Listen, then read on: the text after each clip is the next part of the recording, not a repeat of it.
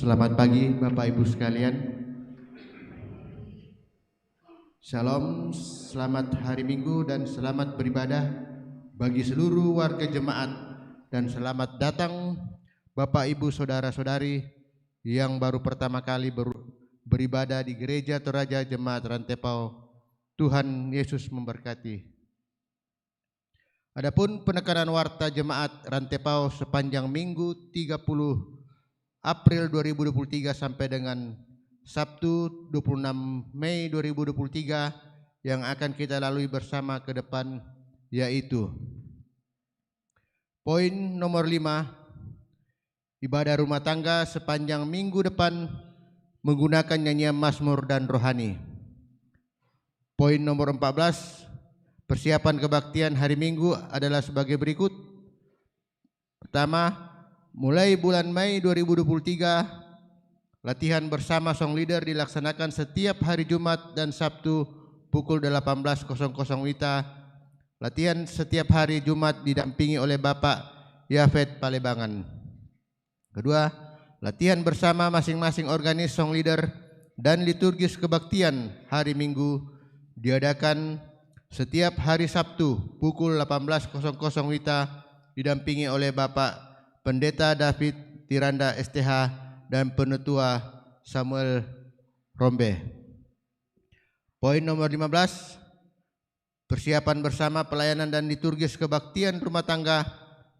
Maka diharapkan kepada Bapak Ibu yang melayani atau pengkhotbah dan liturgis agar mengikuti persiapan bersama dilaksanakan pada hari Senin tanggal 1 Mei 2023 pukul 16.00 WITA di Gedung Gereja Jemaat Rantepao. Pemimpin persiapan kebaktian rumah tangga adalah Pendeta Hendrik L. Batara STH. Poin nomor 16, kebaktian lansia Jemaat Rantepao dilaksanakan pada hari Senin tanggal 1 Mei 2023 pukul 9.00 WITA sampai selesai pelayan Penatua R. Gusti Tibian, tempat di Gedung Gereja Toraja Jemaat Rantepao. Atas perhatian dan kehadiran para lansia Jemaat Rantepao diucapkan terima kasih. Poin 19, Komisi 3 Pembinaan Pastoral. Ibadah Padang Majelis Gereja Toraja Jemaat Rantepao dilaksanakan pada hari Senin tanggal 1 Mei 2023 di Pomelo Pindan, kumpul di halaman gedung gereja jam 7.00 WITA, berangkat jam 7.30 pagi.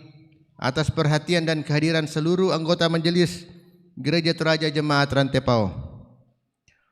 Poin nomor 20, pelayanan baptisan kudus anak kepada. Pertama, anak kekasih Yosi Mainako Palilu, anak dari Bapak Samuel Palilu dan Ibu Mariana atau cucu dari Ibu Penatua Tasik Pabuaran dan Bapak Ian Palilu, dilaksanakan pada hari Minggu tanggal 7 Mei 2023 dalam kebaktian Jemaat Rantepao pukul 9 WITA di Gedung Gereja Toraja Jemaat Rantepao. Kedua, ibadah syukur keluarga Bapak Ian Palilu bersama keluarga Samuel Palilu atas selesainya kebaptisan kudus cucu dan atau anak kekasih Josi Mainako Palilu pada hari Minggu tanggal 7 Mei 2023 pukul 11.30 WITA di kelompok pelayanan 5 Jalan Esparman Rantepao. Mohon dukungan doa dan kehadiran warga Jemaat Rantepao diucapkan terima kasih. Poin nomor 21, pelayanan pemberkatan perkawinan kepada warga Jemaat Rantepao kelompok pelayanan 5, yaitu Saudari Dr. Vanessa Maseleng Tangketasik MBBS dengan Saudara Vincent Tolanda Parinding Ahli Media Komputer, akan dilaksanakan pada hari Senin tanggal 8 Mei 2023 waktu pukul 9.00 WITA sampai selesai, tempat Gedung Gereja Toraja Jemaat Rantepao Klasis Rantepao. Resepsi perkawinan akan dilaksanakan pada hari Senin tanggal 8 Maret 2023 waktu pukul 12.30 WITA sampai selesai, tempat Tongkonan Tongkak Talung Lipu. Mohon dukungan warga Jemaat Rantepao. Poin nomor 22, berita duka cita. Telah meninggal dunia Ibu Betty atau Nenek Nevan atau orang tua dari Ibu Nova Kombong Noble dan mertua dari Bapak Ivan Nurung pada hari Minggu tanggal 23 April 2023 di rumah kediaman kelompok pelayanan 1B, ibadah penghiburan dalam rangka pemakaman almarhumah Betty Nenek Nevan adalah sebagai berikut. Pertama, hari ini Minggu 30 April 2023 pukul 18.00 WITA ibadah penghiburan. Kedua, hari Senin tanggal 1 Mei 2023 pukul 18.00 ibadah penghiburan dan akan dilayani oleh Majelis Gereja Toraja Jemaat Immanuel Pamibak. 3. Hari Selasa 2 Mei 2023 pukul 11.00 WITA adalah ibadah pemakaman. Segenap majelis gereja dan warga Toraja, anggota Gereja Toraja Jemaat Rantepao menyatakan rasa duka yang mendalam atas meninggalnya Ibu Betty. Tuhan menghiburkan segenap keluarga yang ditinggalkan. Amin. Poin nomor 24. Penerimaan siswa baru kelompok bermain Talitakum Jemaat Rantepao. Kelompok bermain Talitakum Jemaat Rantepao menerima siswa baru tahun ajaran 2023-2024 pada usia 3-6 tahun. Kepada Bapak Ibu yang ingin mendaftarkan anaknya, silakan langsung ke kantor sekolah kelompok bermain Talitakum Jemaat Rantepao atau ke kantor Gereja Toraja Jemaat Rantepao. Mohon dukungan dan perhatian seluruh anggota jemaat. Informasi tambahan disampaikan kepada majelis gereja dan warga Jemaat Rantepao bahwa Ibu Pendeta Tabita Manggawa STH mendampingi anak kekasih Epianto Lebang Batara untuk ke Makassar atas perhatian dan harap maklum. Kedua, dan informasi-informasi lainnya dan lebih lengkap silakan Bapak Ibu dan saudara-saudari membaca dalam Warta Jemaat. Selamat beribadah. Ada berita tambahan, berita duka cita telah meninggal dunia Ibu almarhum Marta Patulak, istri dari Bapak Penatua MT Tudang, pagi hari ini di Makassar di Rumah Sakit Stella Maris. Atas perhatian kita bersama, kami ucapkan terima kasih. Selamat beribadah.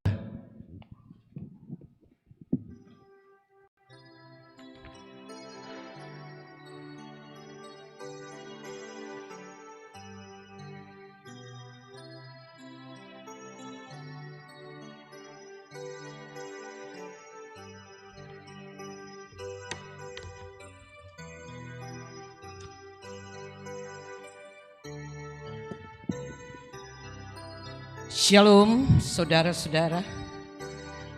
Pemeliharaan gembala yang agung atas kita sebagai domba-dombanya adalah merupakan jaminan keberlangsungan hidup kita.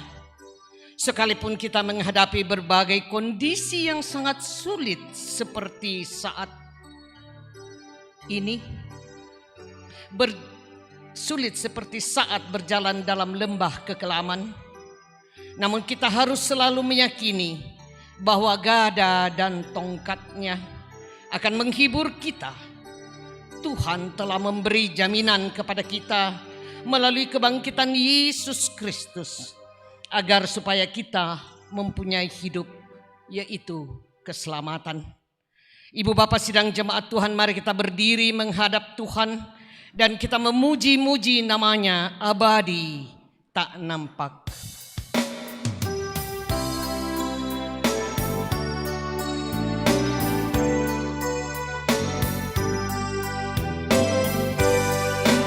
Abadi tak nampak, yang Maha Esa, yang tak terhampiri terang tatanya, yang dalam putranya telah dikenak.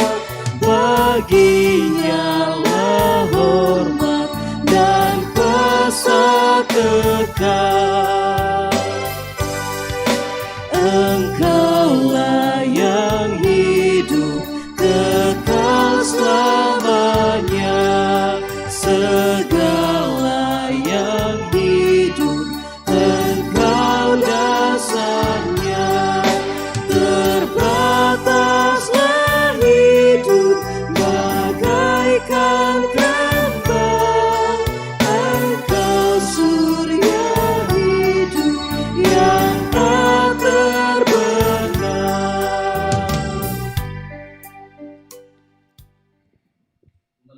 ibadah kita ini berlangsung di dalam nama Allah yang sudah menjadikan langit dan bumi.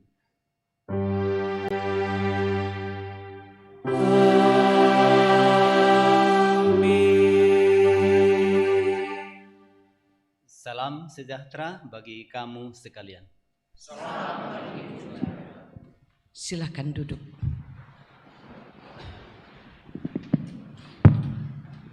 Mari kita bermazmur secara berbalasan. Dari Mazmur 23 ayatnya yang pertama sampai ayatnya yang ke-6. Tuhan gembalaku yang baik. Mazmur Daud. Tuhan adalah gembalaku, takkan kekurangan aku. Ia membaringkan aku di padang yang berumput hijau. Ia membimbing aku ke air yang tenang. Ia menuntun aku di jalan yang benar. Ia menuntun aku di jalan yang benar. Oleh karena namanya. Sekalipun aku berjalan dalam lembah kekelaman, Aku tidak takut bahaya. sebab Engkau besertaku. Gadamu dan tongkatmu itulah yang menghibur aku. Engkau menyediakan hidangan bagiku. Di hadapan lawanku, Engkau mengurapi kepalaku dengan minyak. pialaku penuh melimpah. Kebajikan dan kemurahan belaka akan mengikuti aku. Seumur hidupku, Dan aku akan diam dalam rumah Tuhan. sepanjang masa. Amin. Kita menyanyikan Tuhan adalah gembalaku dengan dua ayat yang pertama, yang kedua ayat yang kedua pada tulisan aku tidak takut bahaya. Tuhan adalah gembalaku.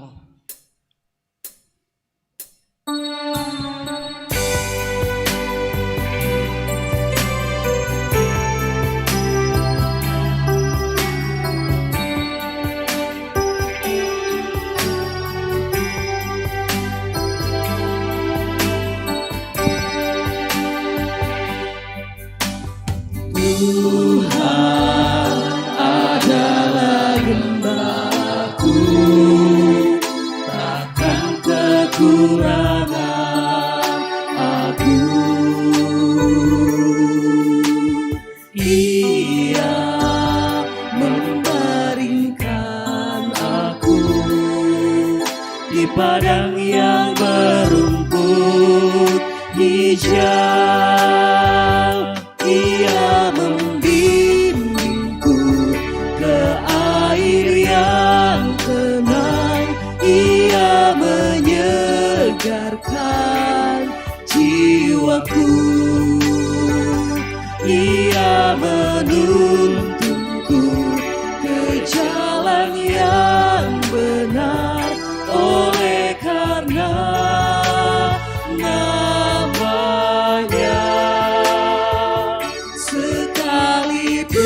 Sekalipun aku berjalan dalam lembah kekelaman,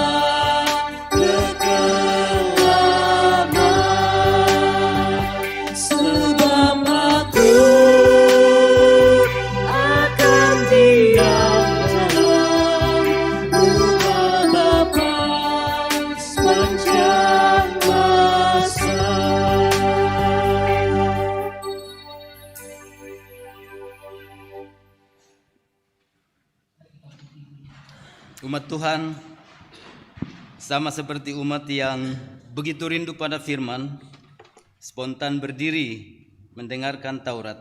Hari ini saudara akan saya bacakan dasar firman dari Keluaran 20 ayat 1 sampai 17.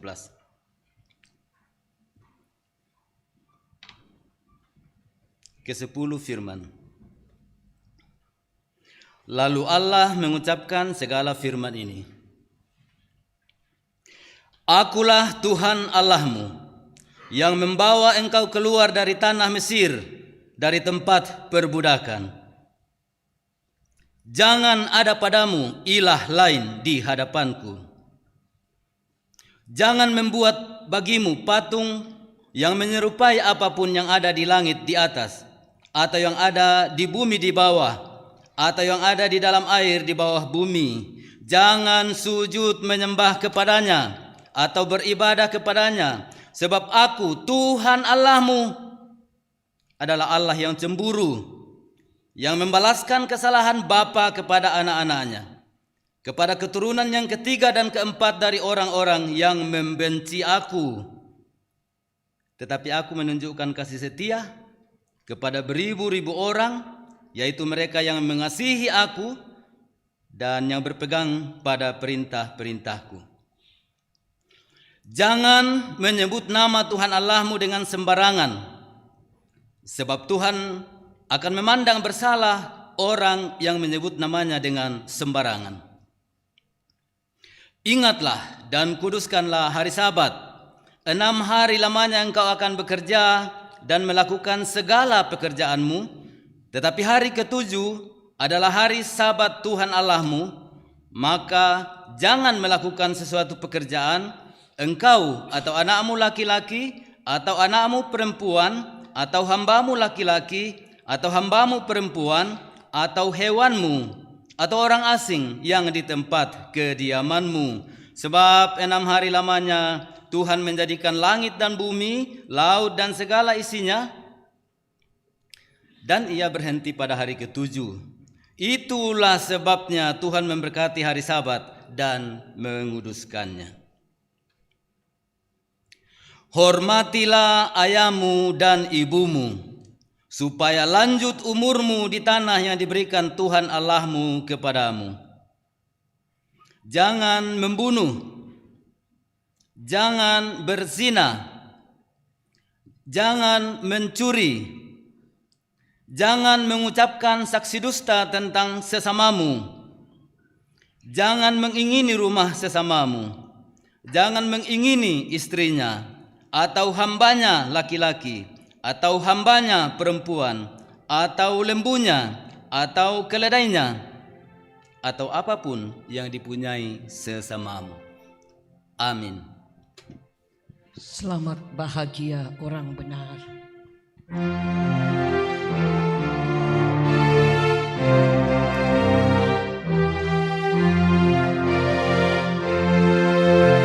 Selamat bahagia orang yang benar, yang mengikuti Taurat Tuhan Allah, yang pada firman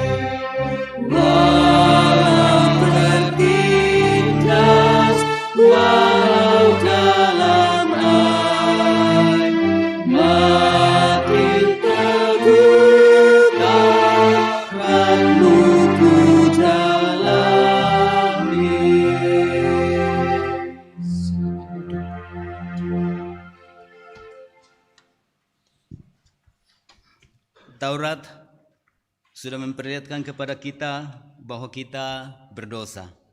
Sekarang kita mengakui dosa kita. Mari kita tunduk dalam kerendahan hati di hadapan Tuhan yang Maha Tahu, Maha Melihat, Maha Hadir, dan kita dengan sungguh-sungguh mengakui segala dosa kita sambil memohon pengasihan-Nya. Ya Bapa di surga,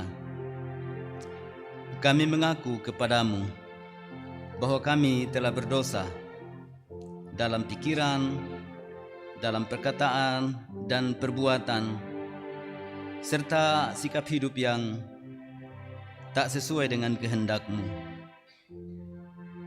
Jika Engkau ya Bapa mau mengingat-ingat kesalahan kami, Tuhan, siapakah yang dapat tahan? Kasih dan pengampunan, kasihanilah kami ya Bapa, menurut rahmat-Mu yang besar. Tuhan kasihani,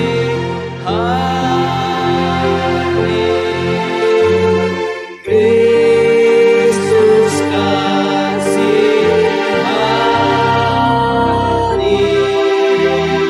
Tuhan kasihani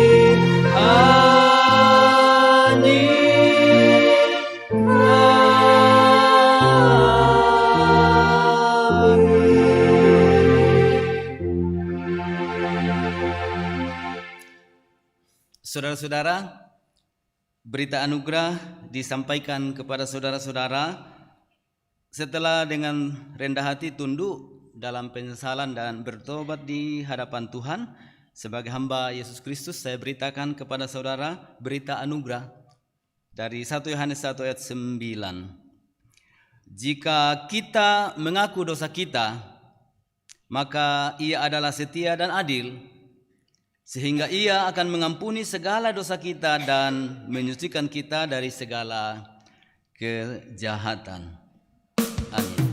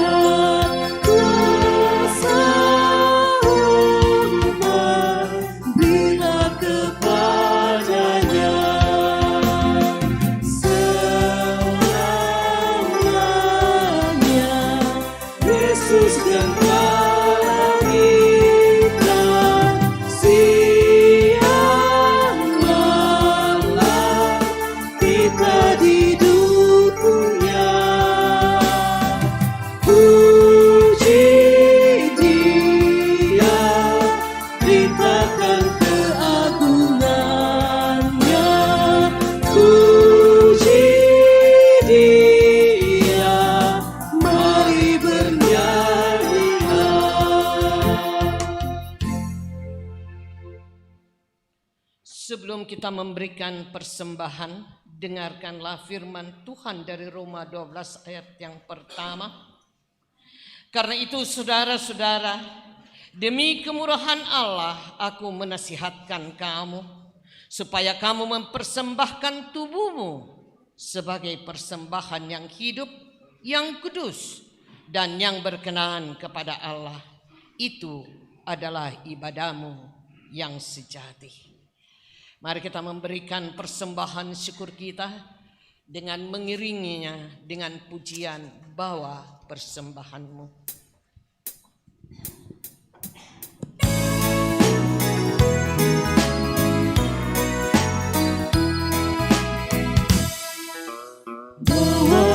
persembahanmu dalam rumah Tuhan. Dengan rela hatimu, janganlah jebur. Bawa persembahanmu, bawa dengan suka. Bawa persembahanmu, tanda sukacitamu. Bawa persembahanmu, ucaplah syukur.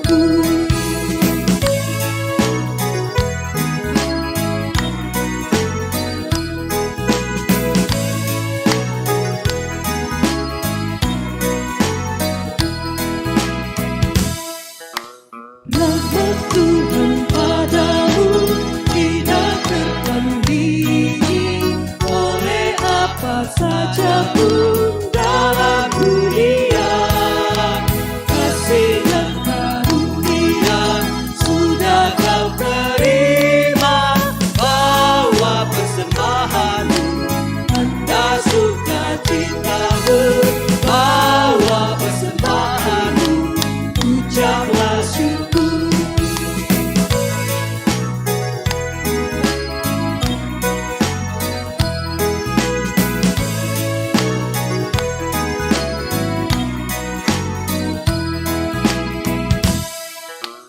Persembahkan dirimu untuk Tuhan baik, agar kerajaannya makin nyatalah. Damai dan sejahtera diberikan Tuhan. Bawa persembahanmu, tanda sukacitamu. Bawa persembahanmu, ucaplah syukur.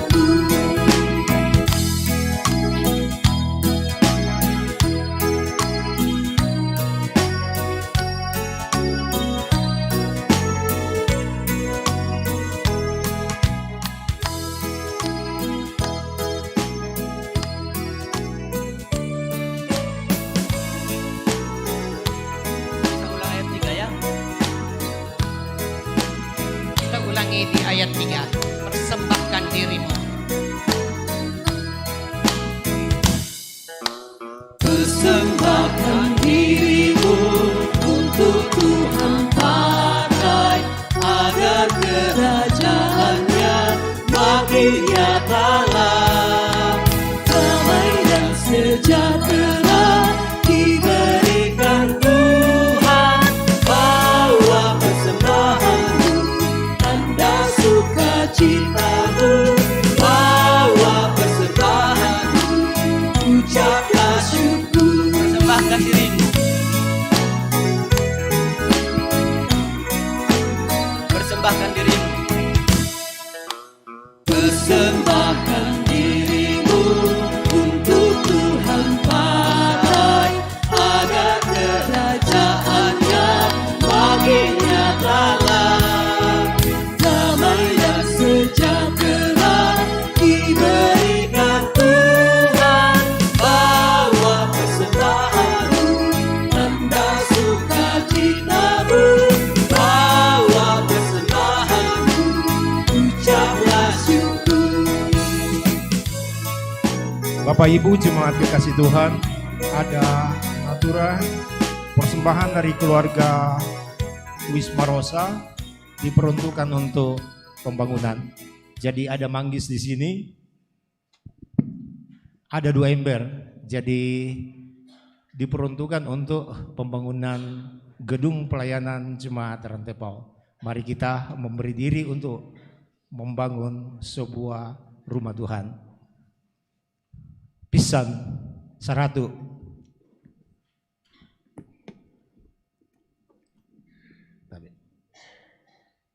Jadi ini manggis sangat manis, tidak diragukan.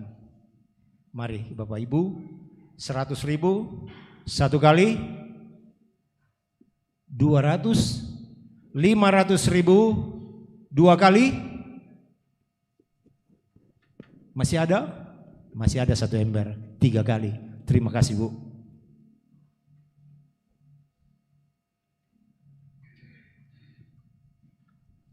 Masih dari Wisma Rosa.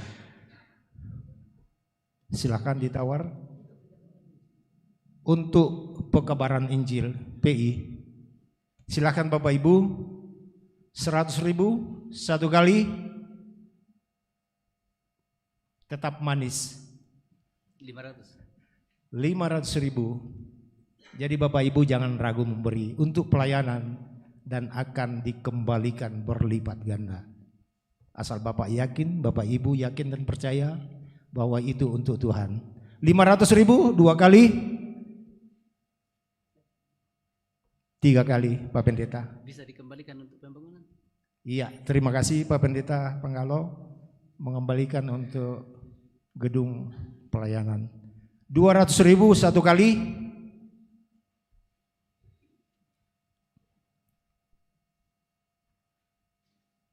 2 kali. 300.000 3 kali. Terima kasih. Ya, terima kasih Ibu, dikembalikan lagi untuk pembangunan. Pembangunan ya. Oke, baik. 200.000 satu kali. Kayaknya tangan saya juga mulai capek karena berat. Semoga. Mari Bapak Ibu. 500 dari luar. Boleh sejalan-jalan. Karena banyak itu.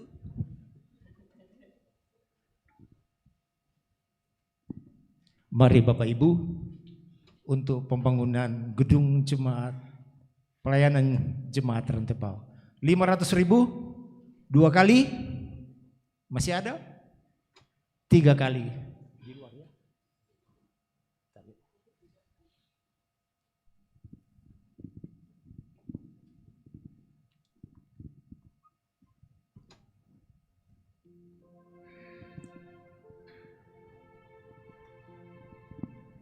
Terima kasih kepada Bapak Ibu yang telah berperan memberi diri, memberi persembahan untuk pembangunan gedung jemaat, pelayanan jemaat Rantepao, dan untuk pekabaran Injil. Tuhan memberkati kita semua. Bapak Ibu sidang jemaat kekasih Tuhan, mari kita satu.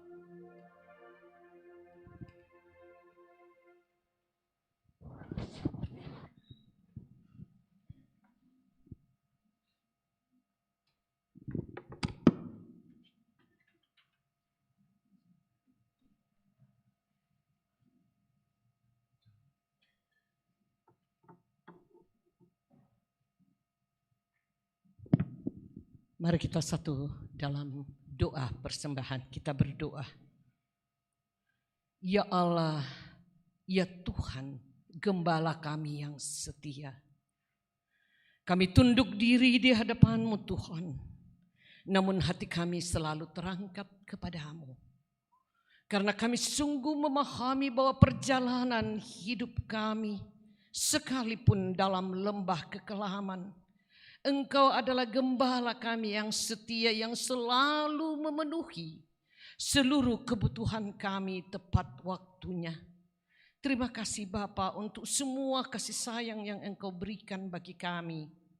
Dan saat ini kami telah memberikan persembahan syukur kami di hari Minggu ini. Juga persembahan lewat natura beberapa orang tua kami. Tuhan berkenan memberkati persembahan ini agar sungguh-sungguh boleh dipakai bagi pemberitaan firman-Mu di tengah-tengah jemaat Rantepao dan juga bagi upaya pengabaran Injil. Dan yang masih akan kami cari, yang masih ada pada diri kami Bapa, berkenan Tuhan senantiasa menganugerahkan hikmat dan akal budi kepada kami, sehingga kami boleh memakainya seturut kehendak Tuhan, mendatangkan kemuliaan hanya bagi nama Tuhan.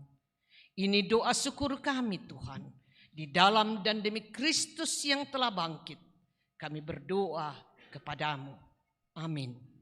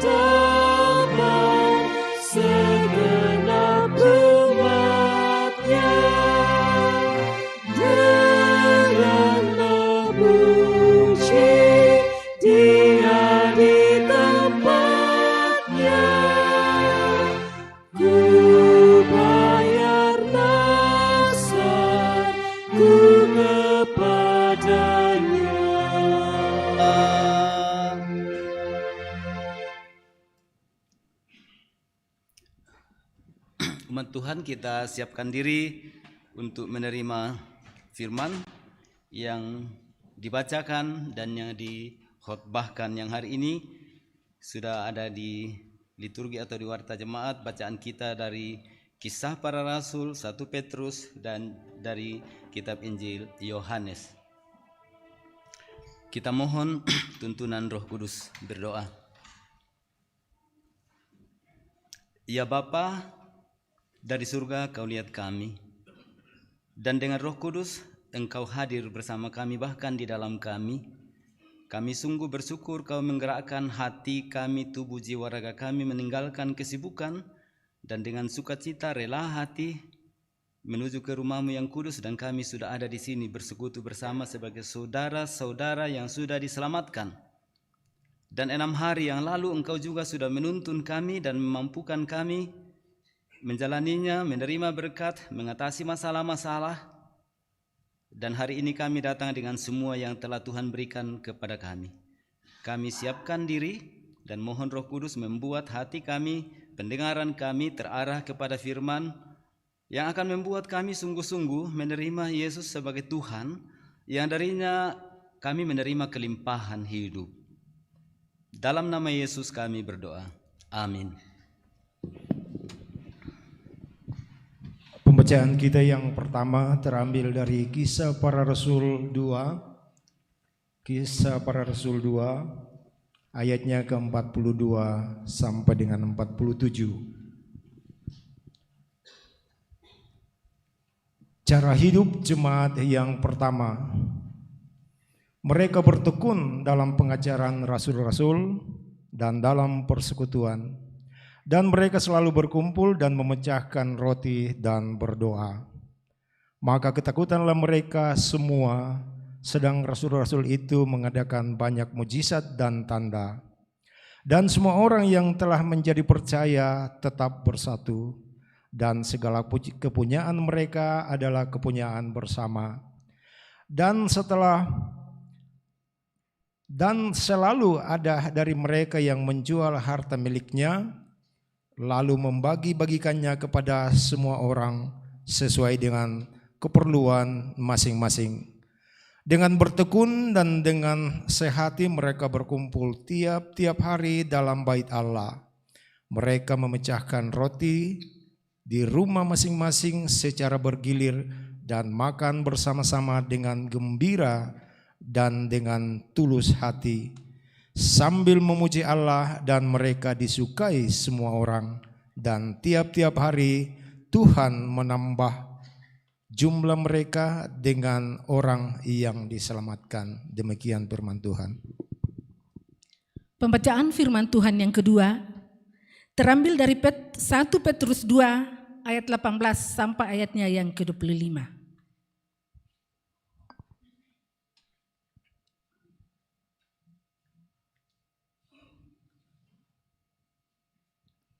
Penderitaan Kristus sebagai teladan.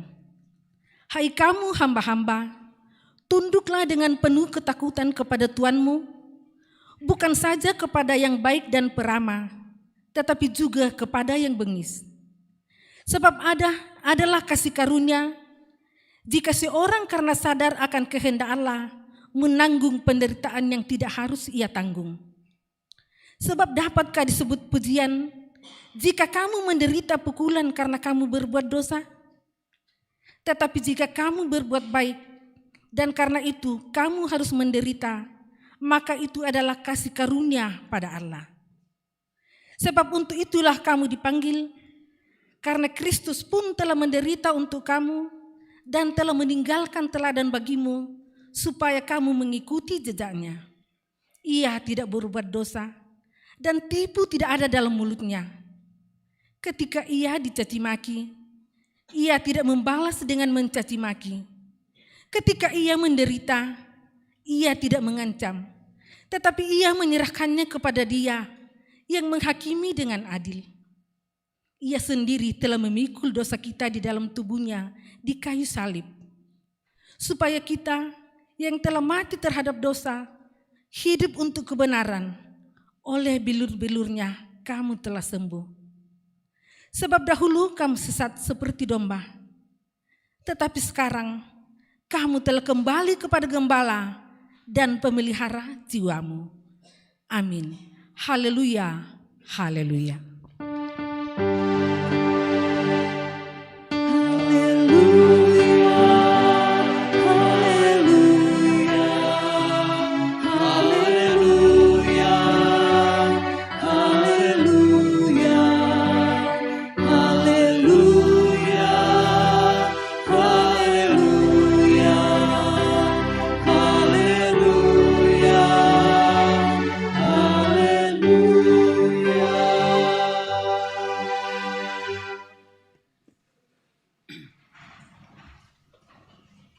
Bacaan Injil hari ini dari Yohanes pasal 10 ayat 1 sampai 10. Karena memang hanya ayat 1 sampai 10, judulnya ini sebenarnya adalah Yesus adalah pintu. Inilah Injil Yesus Kristus. Aku berkata kepadamu, sesungguhnya siapa yang masuk ke dalam kandang domba dengan tidak melalui pintu, tetapi dengan memanjat tembok, ia adalah seorang pencuri dan seorang perampok. Maaf, saya baca dari TB2 yang terakhir itu ya. Tidak banyak beda tapi lebih sederhana. Maaf ya. Ayat 2 sekarang. Tetapi siapa yang masuk melalui pintu, ia adalah gembala domba. Untuk dia, penjaga membuka pintu, dan domba-domba mendengarkan suaranya, dan ia memanggil domba-dombanya, masing-masing menurut namanya, dan menuntunnya keluar. Jika semua dombanya telah dibawanya keluar, ia berjalan di depan mereka, dan domba-domba itu mengikuti dia, karena mereka mengenal suaranya. Tetapi seorang asing pasti tidak mereka ikuti, malah mereka lari daripadanya, karena suara orang-orang asing tidak mereka kenal. Itulah yang dikatakan Yesus dalam perumpamaan kepada mereka. Tetapi mereka tidak mengerti apa maksudnya. Ia berkata demikian kepada mereka. Maka kata Yesus sekali lagi, aku berkata kepadamu, sesungguhnya akulah pintu ke domba-domba itu. Semua orang yang datang sebelum aku adalah pencuri dan perampok, dan domba-domba itu tidak mendengarkan mereka. Akulah pintu. Barang siapa masuk melalui aku, ia akan selamat, dan ia akan masuk dan keluar dan menemukan padang rumput. Pencuri datang hanya untuk mencuri dan membunuh dan membinasakan. Aku datang supaya mereka mempunyai hidup dan mempunyainya dalam segala kelimpahan. Amin.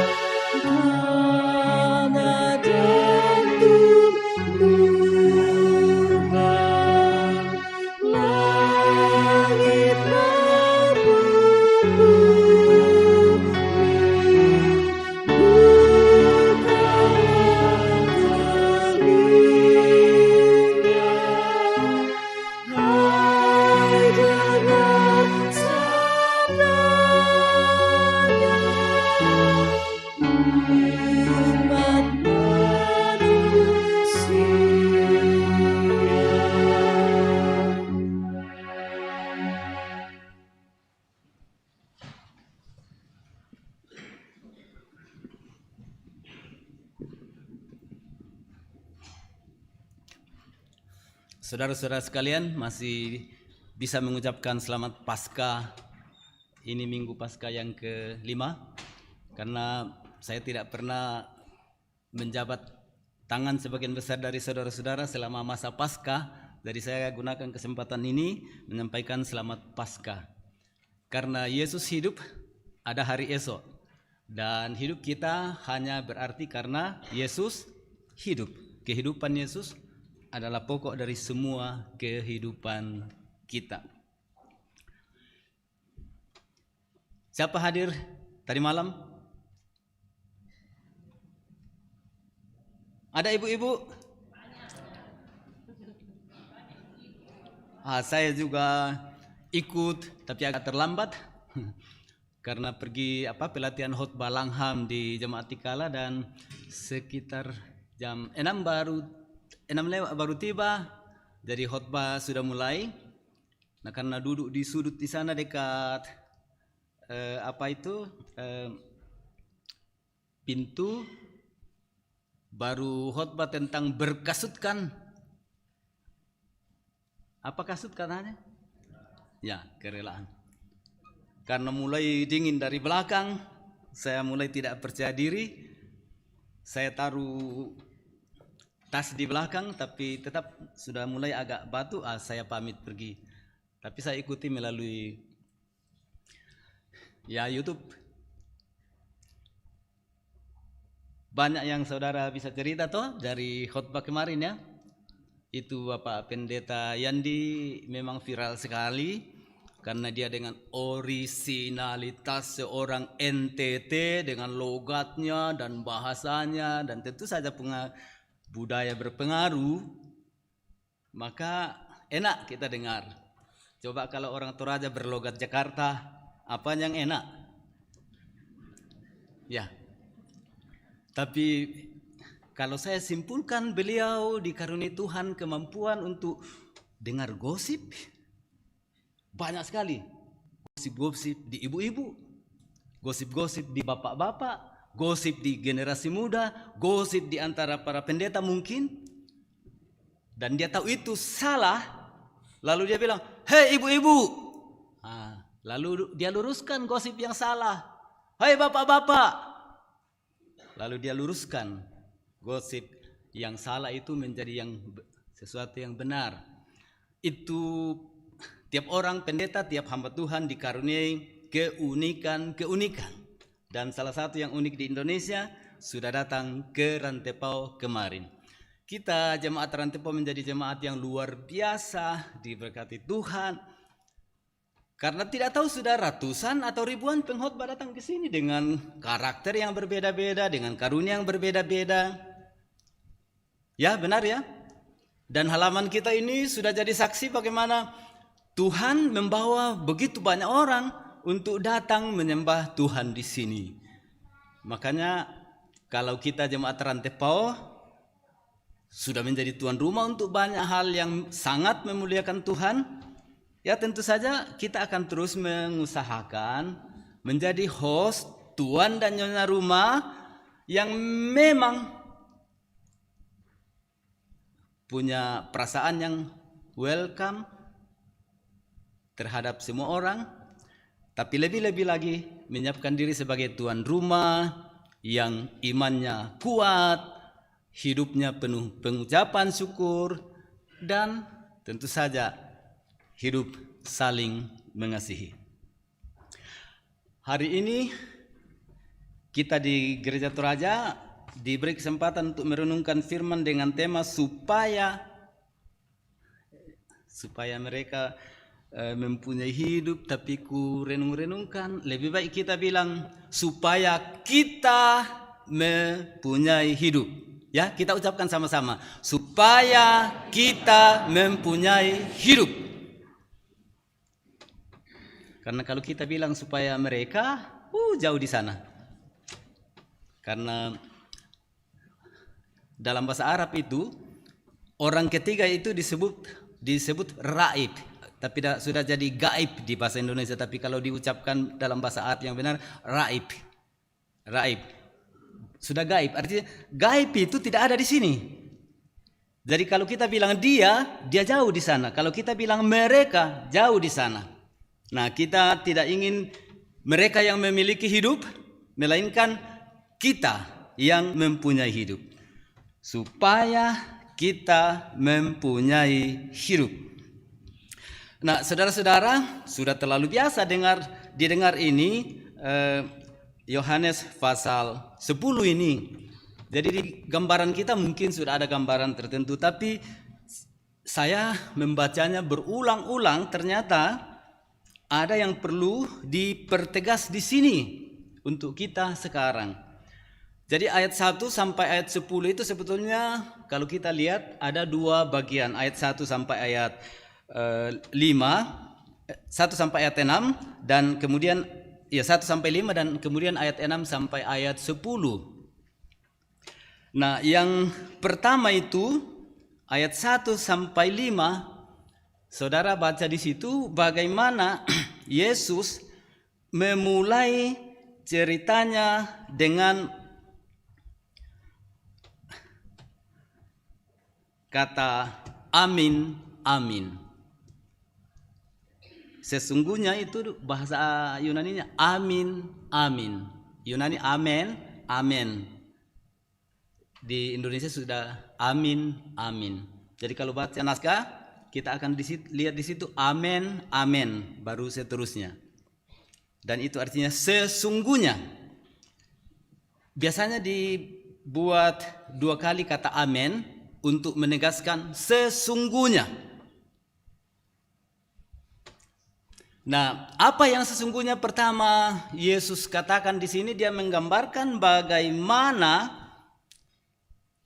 ada pencuri, ada perampok di antara umat. Nah, di sini sesungguhnya aku berkata kepadamu, siapa yang masuk ke dalam kandang domba tanpa melalui pintu, tetapi dengan memanjat dari tempat lain, ia adalah seorang pencuri dan seorang perampok.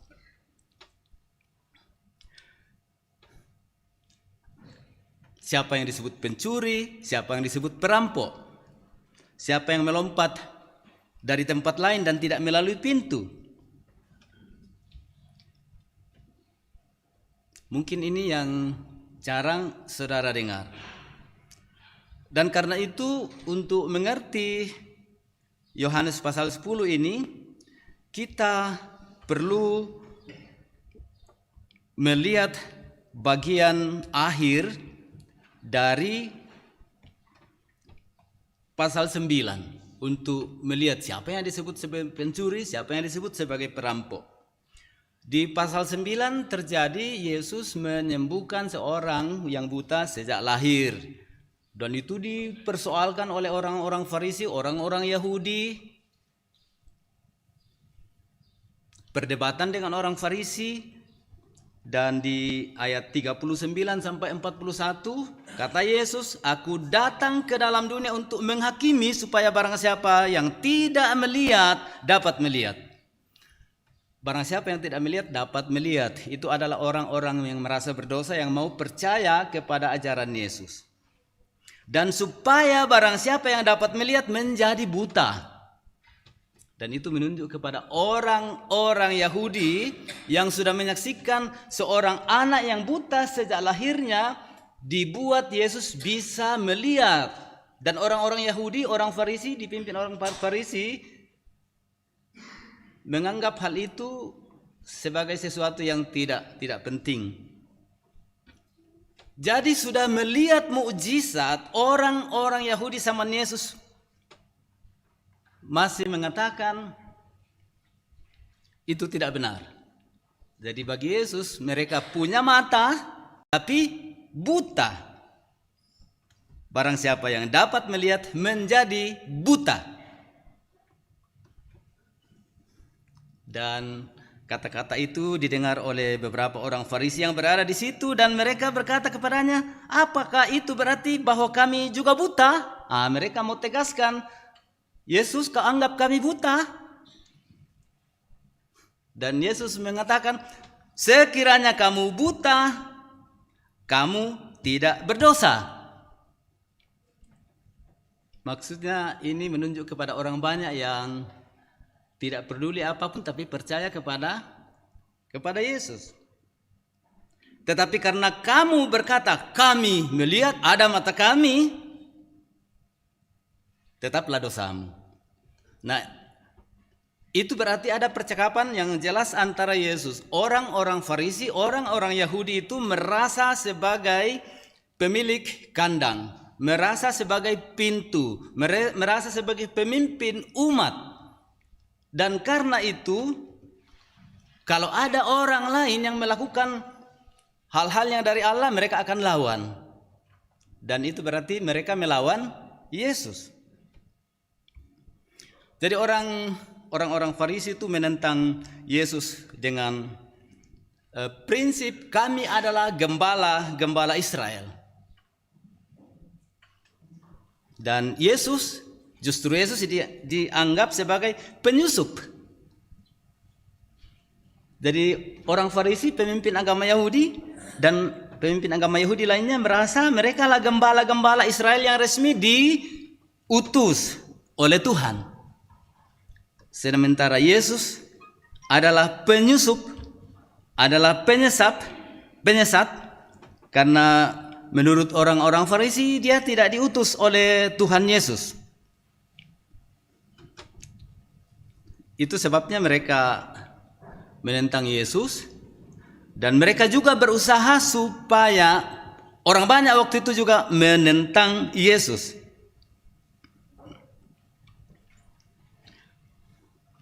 Nah, orang yang sudah merasa diri melihat, punya mata, melihat tapi tidak percaya kepada Tuhan Yesus, itulah yang kemudian dilawan oleh Yesus dengan pernyataan-pernyataannya di Yohanes pasal 10 di sini. Yesus mau menentang alasan mereka sebagai gembala Israel. Yesus menggambarkan siapakah gembala yang sejati. Lalu siapa gembala yang palsu? Siapa perampok, siapa pencuri yang masuk kandang tidak melalui pintu atau tidak dibukakan pintu? Dan siapa gembala yang benar?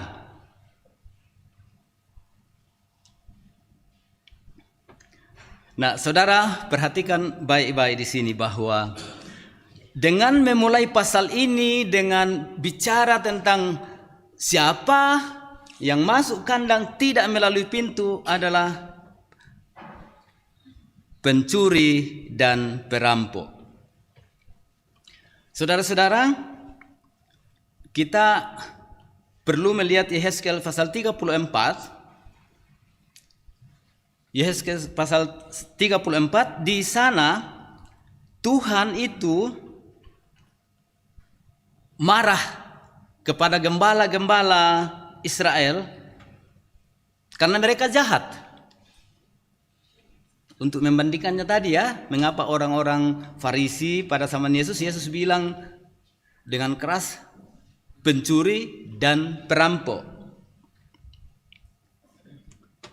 Di Yehezkiel pasal 34 itu Yehezkiel disuruh bernubuat. Ayat 2, hai anak manusia, bernubuatlah melawan gembala-gembala Israel. Bernubuatlah dan katakanlah kepada mereka, kepada gembala-gembala itu, beginilah firman Tuhan Allah. Celakalah gembala-gembala Israel yang menggembalakan dirinya sendiri. Bukankah domba-domba yang seharusnya digembalakan oleh gembala-gembala itu? Kamu menikmati susunya, dari bulunya kamu buat pakaian, yang gemuk kamu sembeli, tetapi domba-domba itu sendiri tidak kamu gembalakan. Yang lemah tidak kamu kuatkan, yang sakit tidak kamu obati, yang luka tidak kamu balut, yang tersesat tidak kamu bawa pulang, yang hilang tidak kamu cari, melainkan kamu injak-injak mereka dengan kekerasan dan kekejaman, sehingga umatku terserak menyembah berhala. Mereka boleh dibilang sebagai gembala-gembala yang sah, penguasa dan para imam dan para nabi. Tapi ternyata mereka hanya mau untung dari domba-domba dan tidak mengurus domba-domba. Ya, kasarnya ini kira-kira yang dimaksud di sini ialah pendeta-pendeta yang secara sah ya, diutus. Lalu seperti tadi di Hezkel itu, Tuhan sangat marah kepada mereka. Nah, di dalam Yohanes 10 ini kita melihat bahwa Yesus sedang bicara kepada orang Farisi untuk mengingatkan mereka kepada perilaku gembala yang rusak, yang istilahnya yang jahat. Mereka melihat orang buta disembuhkan, kenapa sakit hati? Mereka lihat orang lumpuh disembuhkan, mengapa mereka marah? Mereka melihat perempuan berdosa diampuni Yesus, mengapa mereka marah? Yesus mengusir roh jahat dari manusia yang sakit. Mereka marah. Jadi gembala macam apa ini? Pemimpin macam apa ini? Seharusnya mereka buat semua yang Yesus buat. Tapi mereka tidak buat. Lalu Yesus datang melakukannya dan mereka cemburu, mereka marah. Dan kita lihat ya, bukan cuma marah. Dipaksa, dibunuh, dihukum mati tanpa alasan menurut Pilatus. Berapa kali Pilatus mengatakan, aku tidak menemukan bukti yang layak bahwa orang ini layak dihukum mati. Pilatus berkali-kali mengatakan itu, tapi orang-orang ini kesimpulannya dia harus dihukum mati, dia harus disalibkan. Nah, saudara-saudara, ini gambaran tentang pencuri dan perampok yang dimaksudkan di dalam bagian pertama dari ayat ini, dari pasal 10 ini. Dan sebaliknya digambarkan bagaimana sebenarnya gembala yang dimaksudkan di sini ya. Siapa yang masuk melalui pintu, ia adalah domba. Untuk dia penjaga membuka pintu dan domba mendengarkan suaranya. Kandang-kandang di sana dulu itu biasanya di depan pintu itu ada penjaga ya, tidur di situ. Dan kalau ada gembala sudah datang, mereka akan bangun buka lalu izinkan masuk. Jadi siapa yang masuk melalui pintu, ia adalah gembala domba itu, dan penjaga pintu akan membuka pintu bagi mereka. Nah, gembala yang diharapkan, yang dikemukakan Yesus di sini ialah kalau dia masuk, domba-domba mendengarkan suaranya. Ia memanggil domba-dombanya juga masing-masing dengan namanya, disebut satu-satu. Gembala yang baik itu tahu semua nama, tahu Bapak Patra, Reta, Mama Beni, dan seterusnya. Kalau diputar semua gembala yang baik tahu nama domba-dombanya. Dan dia masuk melalui pintu.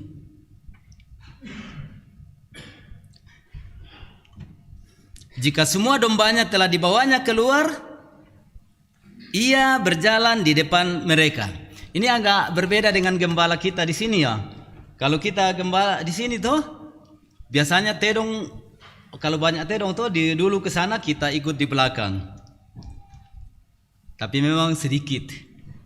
Tapi ini bisa ratusan, ribuan, dan domba-domba itu sudah dibiasakan. Tuannya jalan di depan, dombanya ikut dengan tenang berbaris di belakang. Ia berjalan di depan, domba-domba mengikuti dia. Mengapa mengikuti dia? Karena domba sudah mengenal suaranya. Banyak video itu yang mengagumkan dengan teriakan tertentu. Binatang peliharaannya itu sudah seperti dikomando. Saya suka sekali saksikan yang seperti itu karena ternyata hewan bisa diatur demikian taat.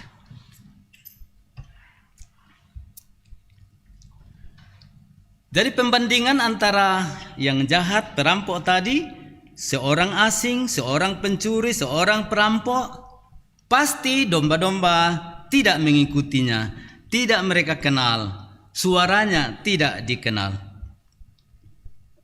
Nah, itu pembandingan antara Yesus sebagai gembala dan sebagai pintu sekaligus, dan kemudian orang-orang pemimpin agama Yahudi sebagai orang yang masuk kandang, tidak melalui pintu, tidak dibukakan pintu oleh penjaga, karena mereka hanya bermaksud jahat. Ada istilah-istilah tadi seperti mereka membunuh, membinasakan, itu istilah untuk mereka. Jadi ketika Yesus berkata, kita lihat pergi ke bagian yang kedua, Yesus mengatakan perumpamaan itu, kiasan itu kepada pendengar-pendengarnya, dan mereka tidak mengerti. Walaupun di pasal 9 sudah bertanya mereka, apakah itu berarti kami buta? Ya buta karena tidak percaya. Orang buta sudah dijelikkan matanya, kok kalian belum percaya? Punya mata tapi tidak melihat. Lalu dia jelaskan, karena pendengar tidak mengerti, Yesus berkata, sesungguhnya amin, amin, lagi diulang, akulah pintu bagi domba-domba. Jadi kalau kita bayangkan kandang domba, Yesus bukan hanya gembala, dia adalah pintu. Dia pintu. Dengan demikian, siapa yang mau ke domba atau domba keluar pasti melalui dia, melalui Yesus. Sebenarnya kami bahas di pelajaran bahasa Yunani di kampus, mestinya akulah pintunya domba-domba, karena itu genetif, milik, pintunya domba-domba. Tapi di sini dikatakan pintu bagi domba-domba, pakai bagi di sini. Kalau naskah aslinya mestinya akulah pintunya domba-domba. Artinya Yesus dimiliki, dia adalah pintu supaya domba itu masuk, keluar, masuk, dan lain-lain. Dan ayat 9 mengatakan, akulah pintu, siapa masuk melalui aku, ia akan diselamatkan. Saudara-saudara, sudah jelas dari seluruh peristiwa Yesus, kita lihat bahwa gereja sebagai umat Allah adalah kandang dombanya Allah di dunia ini. Jadi domba-domba yang sudah diselamatkan oleh Tuhan Yesus keluar dan masuk melalui pintu, melalui Yesus, itu berkumpul di dalam gereja.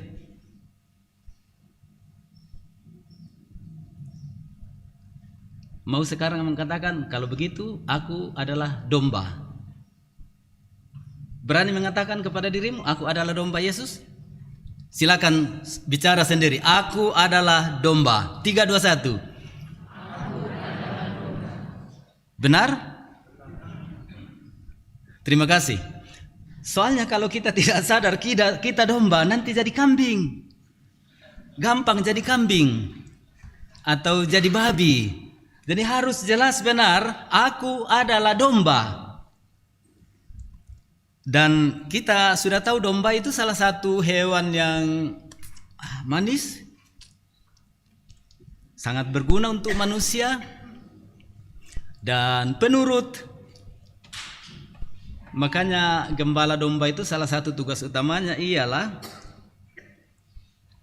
melindungi domba-domba itu, karena domba bukan jenis binatang yang bisa bertarung, yang bisa melawan sendiri musuh.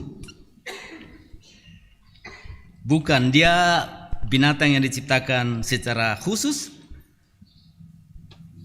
Dan ini menggambarkan orang-orang yang sudah diselamatkan, masuk di dalam kandang, dalam kerajaan Allah. Kita pakai istilah masuk di dalam gereja. Kita adalah domba. Kita masuk dalam gereja Allah, kita masuk dalam kandang, kita berkumpul bersama domba-domba Allah yang lain.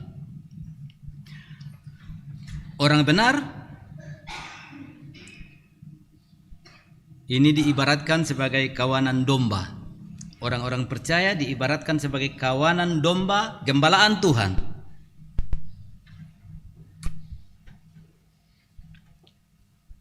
Dan sifat-sifat seperti lemah lembut, panjang sabar, berguna, rukun, itu menjadi tanda-tanda gaya hidup domba-domba, gaya hidup di dalam gereja.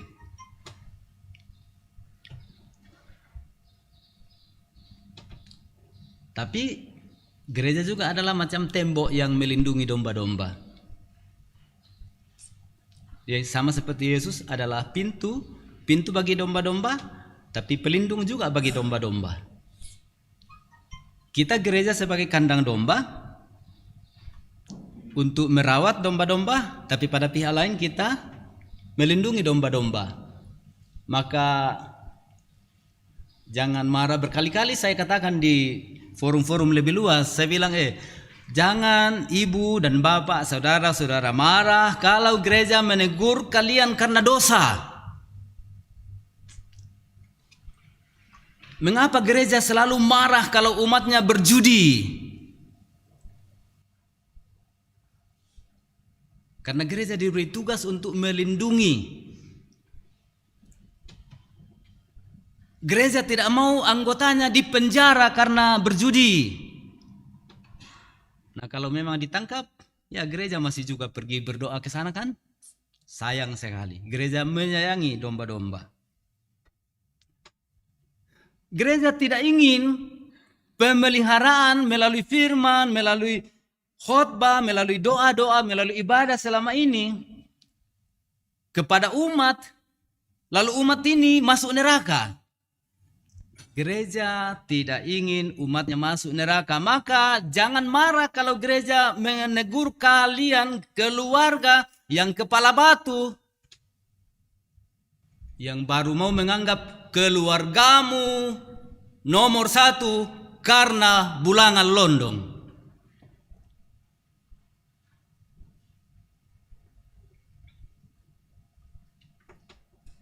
Mengapa perlu ditegur?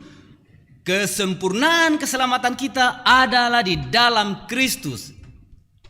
Apa isi 1 Petrus 1 ayat 18-19? Bukan dengan barang fana. Ada nyanyinya toh? Bukan dengan barang fana. Siapa yang ingat? Silakan kata-katanya.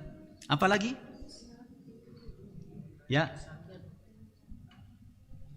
Lebih baik nyanyikan saja lagu itu supaya saudara mulai betul-betul menyadari untuk apa Yesus berkurban. Coba nyanyikan lagu itu supaya kita akhirnya tahu kita tidak butuh lagi legitimasi sosial untuk hal-hal menyangkut keselamatan.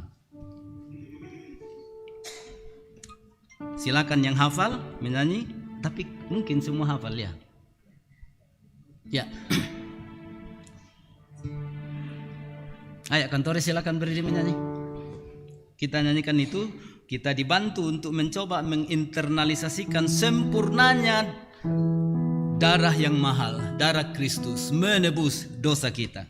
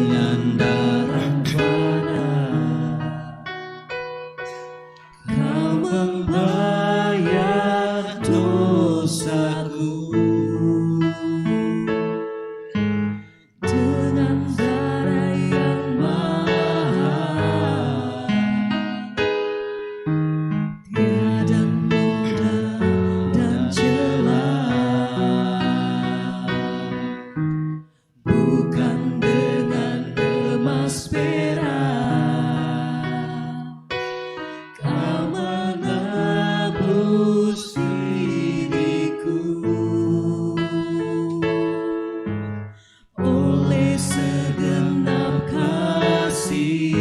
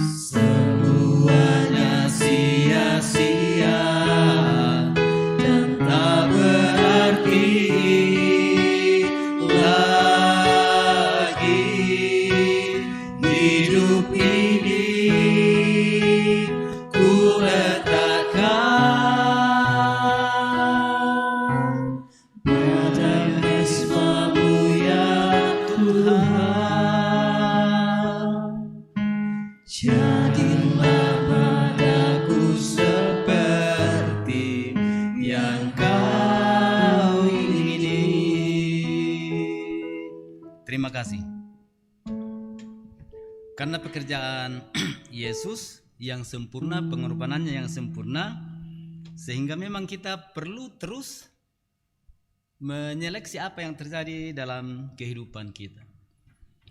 Di suatu tempat orang palau ya, jadi terus memang ada perdebatan dalam keluarga tentang mau bulangan londong katanya, karena orang tuanya ini harus bulangan londong. Bayun namanya itu, sambu namanya itu. Nah, yang banyak ya, yang lain semua saudara tidak mau taat kepada doktrin gereja, doktrin Alkitab, tapi ada satu yang berkeras. Terus saya khotbahkan, ini bayangkan orang tua kalian yang menurut kesaksian kalian boleh dibilang teladan dalam kekristenan, baik sekali menurut tuturan kalian. Saya dengar kisah orang tua mereka. Terus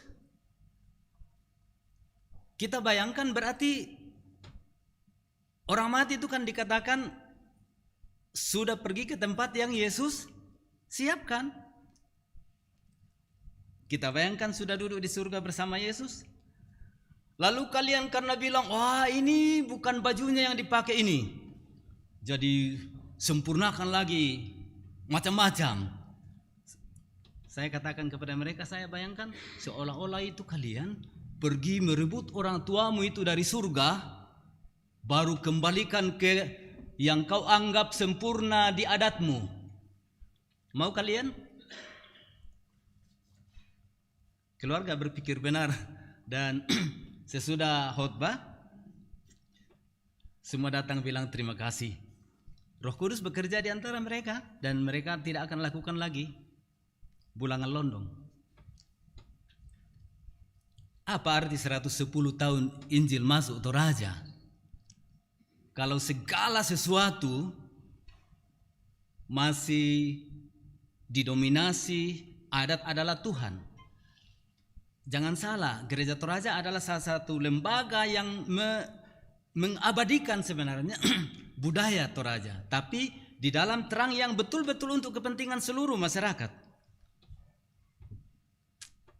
Jangan pernah percaya bahwa Gereja Toraja merusak adat, tidak.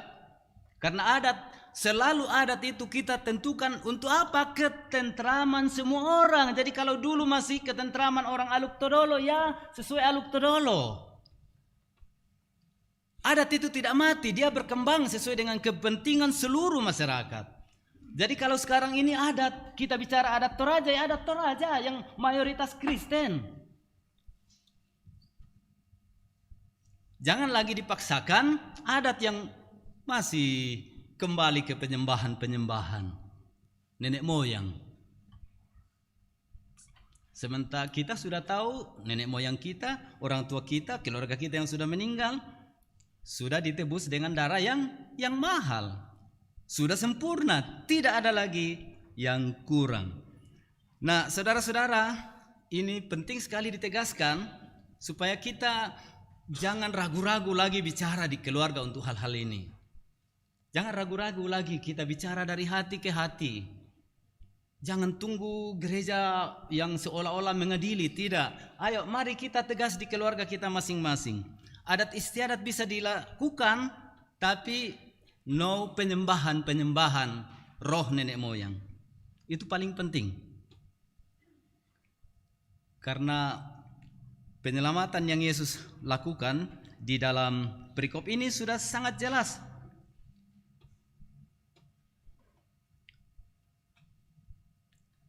Yesus adalah pintu. Kita keluar, dia jaga sebagai gembala. Kita masuk, dia sebagai pintu, melindungi kita terhadap gangguan-gangguan.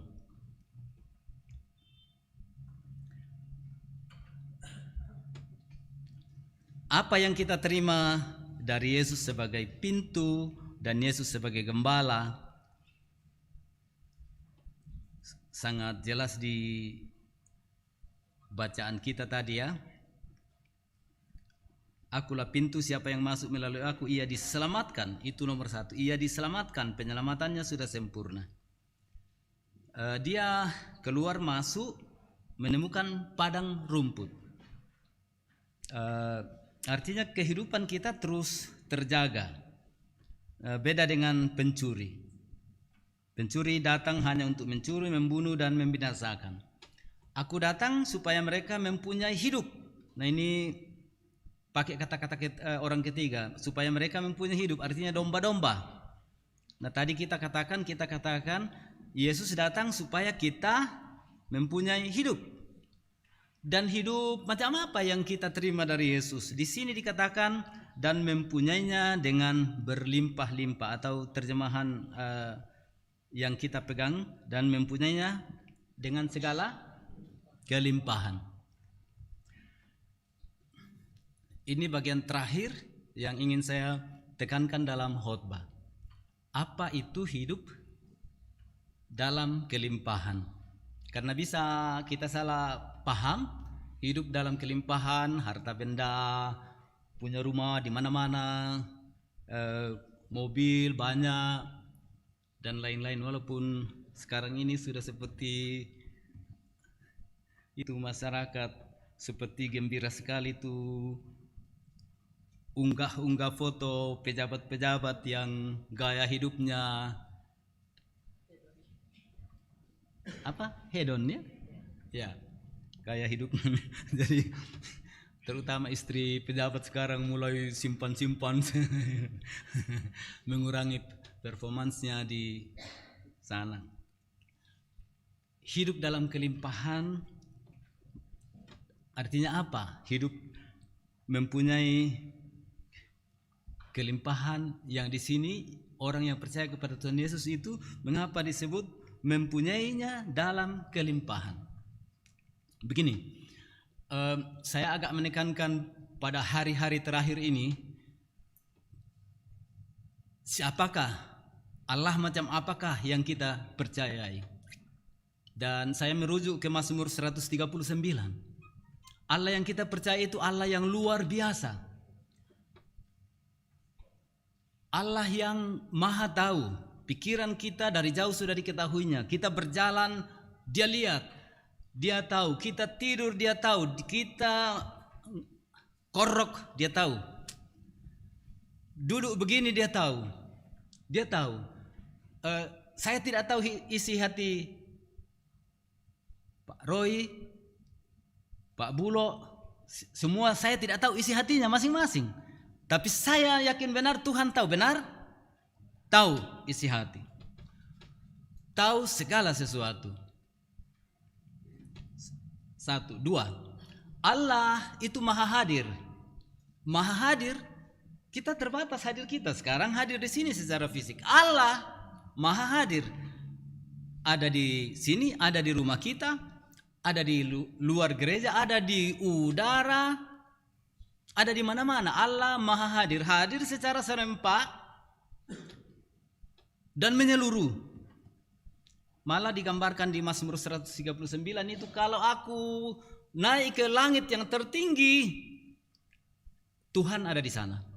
Kalau aku gali bumi ini berapa juta kilometer ke bawah, saya tidak tahu berapa tebal ini bumi, untuk sembunyi, pemazmur itu mengatakan Tuhan itu juga ada di bawah.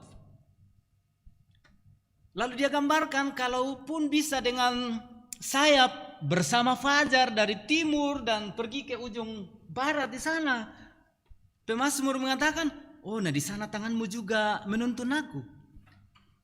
Artinya tertinggi dan terdalam, terjauh, Allah ada di sana. Allah hadir di situ. 2,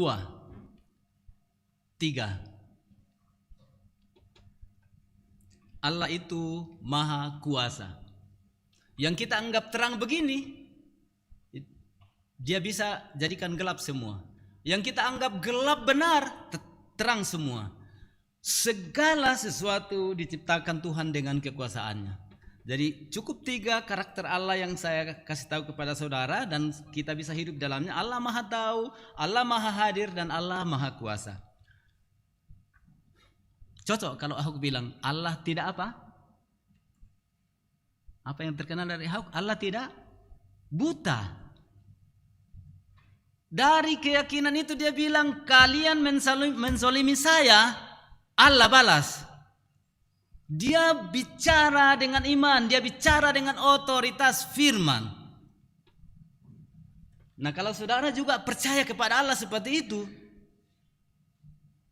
luar biasa. Itu tadi mengapa dikatakan Yesus pintu. Kalau kita di kandang, dia lindungi, dia jaga. Kalau kita keluar, dia lindungi. Nah, sekarang yang tersisa, yang kurang sebenarnya bukan pada pihak Allah. Yang minus pada kita ialah kesadaran, ya, kesadaran tentang Allah yang hebat ini. Dalam praktik kita kan seolah-olah tasya natiro ki tahu berarti tak adukan natiro ki pung matu atau kelah. Allah ya tidak tuli, Allah tidak buta, Allah tidak absen. Semua Allah inilah yang menjelma di dalam Tuhan Yesus Kristus, yang menjadi pintu bagi kita, menjadi gembala bagi kita. Dan kalau saudara percaya kepada Allah macam itu di dalam Yesus Kristus, saya selalu mengampanyekan sebaiknya kita selalu bilang begini: Allah ada, masalah tiada. Allah ada, masalah tiada. Kalau ada yang perhatikan apa itu semboyan di WA saya, itu ada di situ. Allah tiada, Allah ada, masalah tiada. Mengapa? Karena kalau kita betul-betul percaya kepada Allah yang hebat, yang luar biasa, tak tergambarkan macam itu, kita berlindung padanya, masalah sebesar apapun pasti kita bisa ditolong keluar. Pasti bisa. Jangan pernah ragu-ragu. Sekecil apapun solusi pasti ada. Maka memang kita berlindung padanya. Sehingga masalah-masalah yang kita hadapi, ayo selalu kita ingat, Kau Tuhan ada di sini, Kau Tuhan Maha Tahu. Saya menangis karena menderita, Kau rasakan. Saya mengeluh karena pergumulan, Kau rasakan. Roh Kudus itu adalah pengganti Bapa dan Anak hadir di seluruh kehidupan kita, dan dia terus berdoa. Banyak penderitaan tak mampu kita ungkapkan kepada Tuhan, tapi Roh Kudus sempurna mengucapkannya. Banyak sukacita kita tak mampu kita ucapkan dengan kata-kata kita. Kan 2 hal ini sulit sekali kita gambarkan. Anda bahagia sekali, kira-kira kata-kata mana yang gambarkan bahagiamu? Ada atau tidak? Tidak ada, pas mungkin melompat-melompat, teriak-teriak, peluk-peluk dan lain-lain. Tidak ada kata yang sempurna mengungkapkan kebahagiaan kita. Demikian juga kalau sakit, menderita, ada kata yang sempurna mengungkapkannya? Tidak ada. Air mata juga tidak. Tapi jangan khawatir, kan ada Roh Kudus di dalam diri kita yang terus bekerja bersama hidup kita. Dialah yang menyampaikannya itu kepada Bapa. Jadi doa cukup air mata. Doa bisa cukup dengan keluhan. Tidak usah dengan bahasa puitis. Ayo semua yang biasa pimpin doa, jangan puitis kepada Tuhan. Doa langsung masalahmu, sama seperti yang Yesus ajarkan kepada kita. Ini kan cenderung doa panjang itu karena seolah-olah Tuhan itu tidak suka bahasa orisinal. Tuh, jadi waktu kita doa kita ingat kutipan dari bahasa orang. Belajar berdoa dengan bahasa hatimu. Kau sakit hatilah berdoa kepada Tuhan. Katakan jujur. Katakan kepadanya. Tentu saja dalam doa-doa pribadi ya. Tapi sekaligus juga kan memang kita perlu sekarang ini dalam rangka menjaga, istilah yang paling cocok sekarang ini, supaya kita memang hidup berkelimpahan. Sejauh apa sinyal online kita di hadapan Tuhan itu selalu Warna apa kalau online? Hijau atau biru? Hijau ya. Oh, saudara-saudara, saya suka terakhir-terakhir ini khotbahkan begini. Manusia di dunia ini ada 8 miliar. Saya bayangkan ada layar raksasa di hadapan Tuhan. Lihat sinyalnya.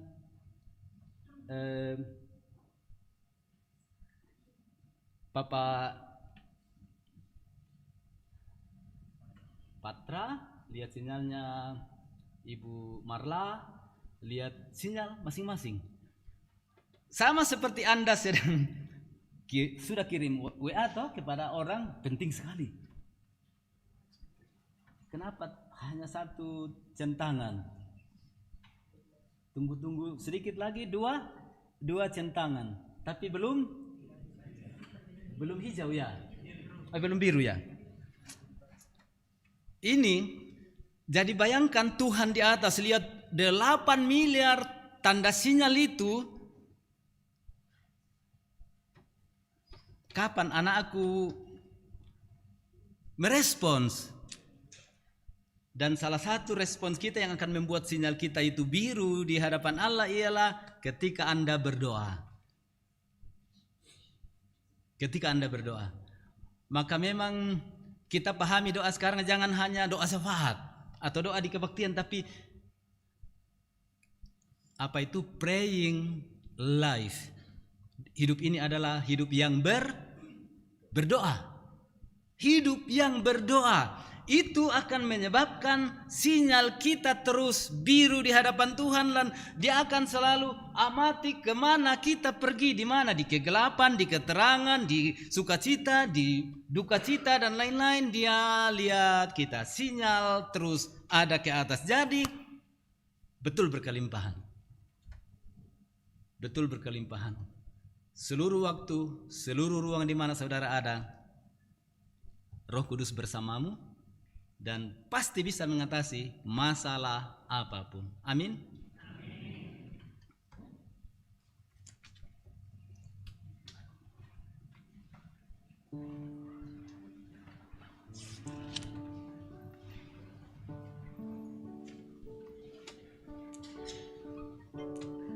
Ayo sedikit 5 detik kita gunakan sedikit waktu, coba berusaha nyalakan sinyalmu di layar besar Tuhan. 5 detik kita saat teduh. Silakan kita mulai.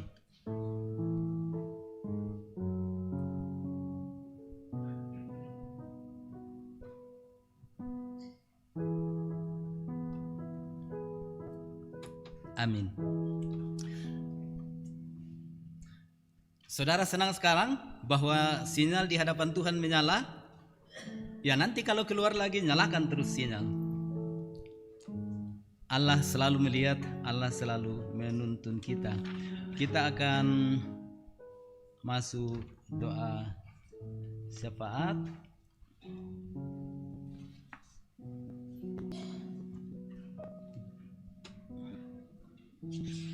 Di warta jemaat tadi sudah ditekankan beberapa hal.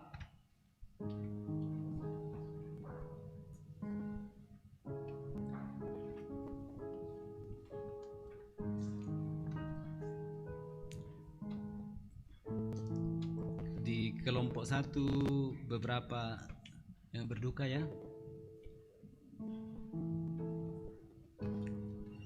Kami dulu kelompok 1 dan kaget sekali karena mendengar dalam 1 minggu ini tetangga kami dipanggil Tuhan. Dan yang terakhir tadi pagi ya, ada berita tentang Mama Uwan. Sebelumnya ada Nenek Nova perempuan, dan mungkin masih ada yang lain. Suasana duka macam ini kita bawa kepada Tuhan. Orang tua kita yang lanjut usia, yang sakit, juga acara pemberkatan perkawinan, semua kita sampaikan kepada Tuhan di dalam doa syafaat kita pada hari ini. Juga yang merayakan hari ulang tahunnya. Karena pasti setiap minggu selalu tercatat puluhan dari anggota jemaat Rantepo yang mengalami berkat Tuhan berupa hari ulang tahun.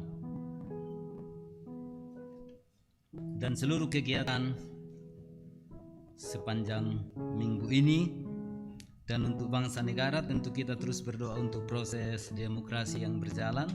Tuhan terus ada di situ, dan siapa-siapa wakil yang kita pilih, presiden, semuanya kita bawa kepada Tuhan. Mari kita masuk dalam doa syafaat.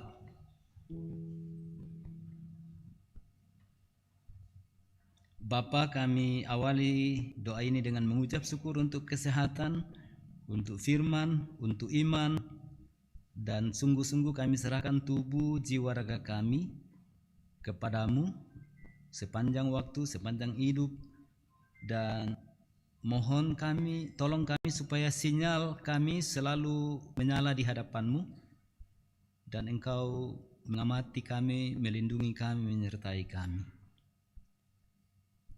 Tuntunlah kami sepanjang minggu ini menjalani kehidupan di tempat kerja, di rumah tangga. Engkau memberkati usaha-usaha kami,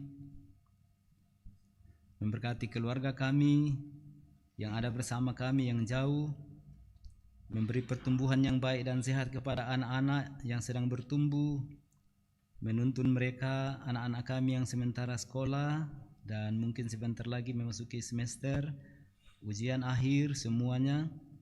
Berdoa untuk generasi muda dalam pertumbuhan mereka, upaya-upaya mereka yang sementara mencari pekerjaan. Kami bersyukur bersama yang berhari ulang tahun sepanjang minggu. Kami mohon Tuhan memberi masa depan yang penuh rahmat kepada mereka semua. Berdoa untuk yang sakit, Tuhan menyembuhkan, baik yang di rumah maupun yang di rumah sakit, yang di Toraja atau di tempat lain. Berdoa untuk orang tua kami semuanya yang sudah secara fisik tak mampu lagi ikut ibadah-ibadah. Tuhan akan membuat mereka hidup dalam damai sejahtera karena Tuhan sudah menolong mereka puluhan tahun hidup lamanya, dan Tuhan memberkati mereka. Dan ketika mereka dalam keadaan lemah, Tuhan juga buat hidup mereka tetap penuh semangat. Berduka bersama beberapa keluarga dan berdoa untuk penguatan, penghiburan. Hanya Tuhan yang mampu membuat mereka melihat seluruh peristiwa hidup termasuk duka cita dalam terang iman mereka, sehingga mereka juga bersyukur bahwa Tuhan berkenan memanggil kembali orang-orang sesuai dengan rencana dan jadwal yang telah Tuhan tentukan, sehingga duka cita diubahkan menjadi kekuatan iman. Seluruh pelayanan di jemaat ini, pemuda, PWGT, PKBGT, sekolah minggu sepanjang minggu, Tuhan buatlah menjadi pelayanan yang menyebarkan cinta dan damai. Pendeta, penatua, diaken, dan semua pengurus OIG, kau lihat kami sedang dalam proses membangun gedung yang akan menampung lebih banyak umatmu. Tentu saja kau tahu kemampuan kami terbatas, tetapi Engkau maha kaya, Engkau pasti mampu menolong kami, dan karena itu perkenankan kami terus beriman dan berpengharapan kepadamu, dan pekerjaan pembangunan ini terus berjalan. Pimpin pelayanan Gereja Toraja di jemaat-jemaat, di klasis, juga di wilayah dan di sinode. Saat ini kami mendoakan pemerintah, bangsa dan negara. Engkau membuat pemerintah ini makin baik dan menuntun seluruh proses demokratisasi yang bermula sekarang, terutama menuju pemilihan legislatif dan presiden pada bulan Februari yang akan datang. Dan semua proses itu akan dijalani. Sebagian di antaranya anak-anakmu akan ikut berjuang. Engkau juga akan membuka kemungkinan bagi mereka semua, dan tetap percaya kehendak Tuhan yang akan terjadi. Bapa, saat ini kami mau menyampaikan kepadamu dalam waktu teduh permohonan pribadi kami masing-masing.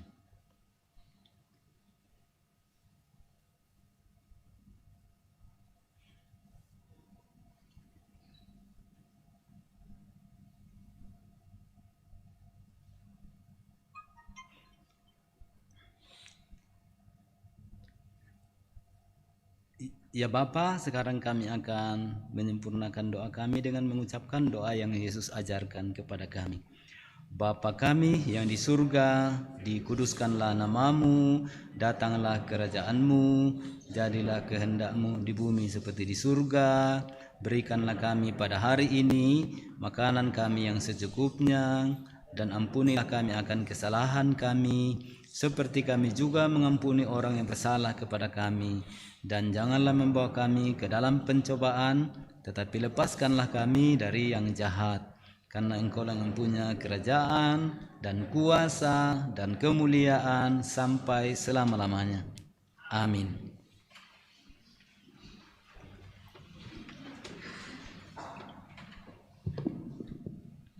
Sidang jemaat kasih Tuhan, mari kita berdiri.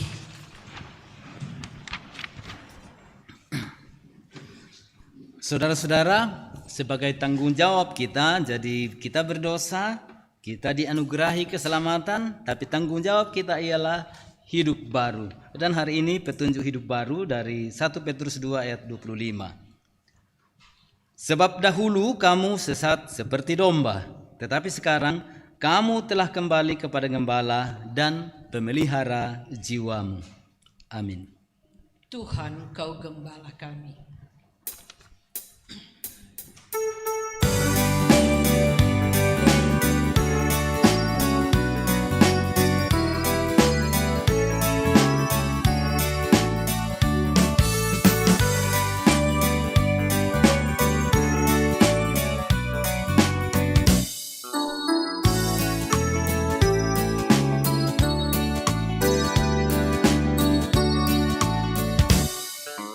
Tuhan, Kau gembala kami, tuntun kami domba-Mu. Bila kami menikmati hikmat pengorbanan-Mu, Tuhan Yesus Juru Selamat, kami ini milik-Mu. Tuhan Yesus Juru Selamat, kami ini milik-Mu.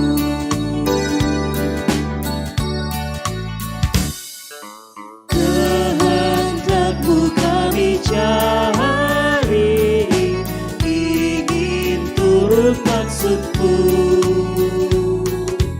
Tuhan, isi hati kami dengan kasih-Mu penuh. Tuhan Yesus Juru Selamat, tak terhingga kasih-Mu. Tuhan Yesus Juru Selamat, tak terhingga kasih-Mu.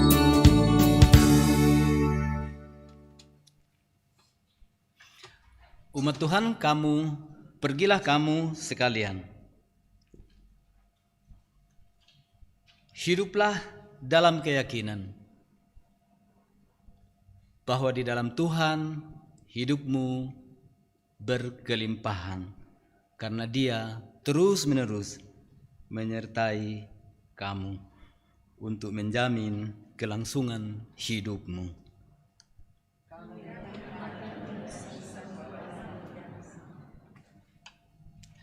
Terimalah berkat Tuhan. Tuhan memberkati engkau dan melindungi engkau. Tuhan menyinari engkau dengan wajah-Nya dan memberi engkau kasih karunia. Tuhan menghadapkan wajah-Nya kepadamu dan memberi engkau damai sejahtera. Ibu Bapak sidang jemaat kekasih Tuhan, kita naikkan sekali lagi pujian syukur kita. Gembala baik bersuling nan merdu.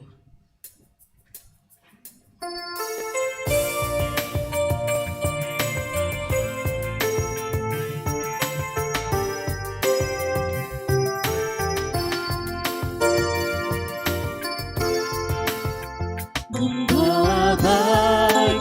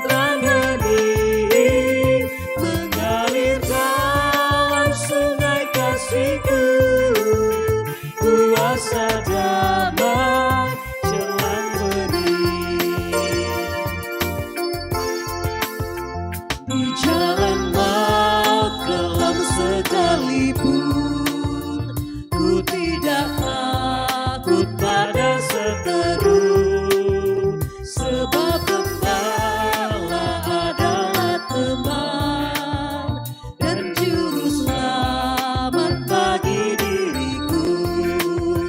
Oh Gembalaku itu Tuhanku, membuat aku tentram hati, mengalir dalam sungai kasih-Ku, kuasa damai jalan beri.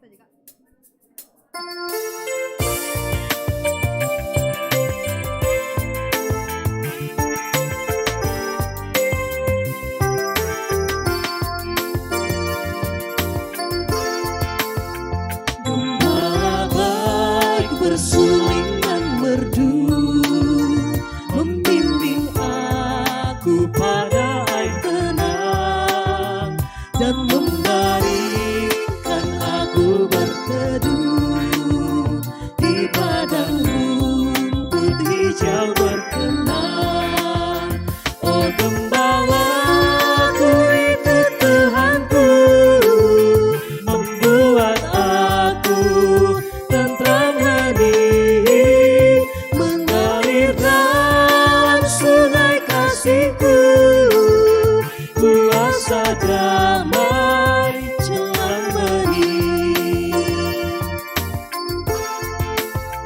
Kepada domba haus dan lesu, Gembala baik memberikan air segar.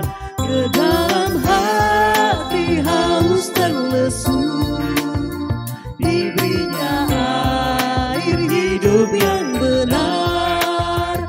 Oh Gembalaku itu Tuhanku, membuat aku tentram hati, mengalir dalam sungai kasih-Ku, kuasa damai jalan beri. Di jalan maut kelam sekalipun, ku tidak takut pada seteru, sebab Gembala adalah teman dan juru selamat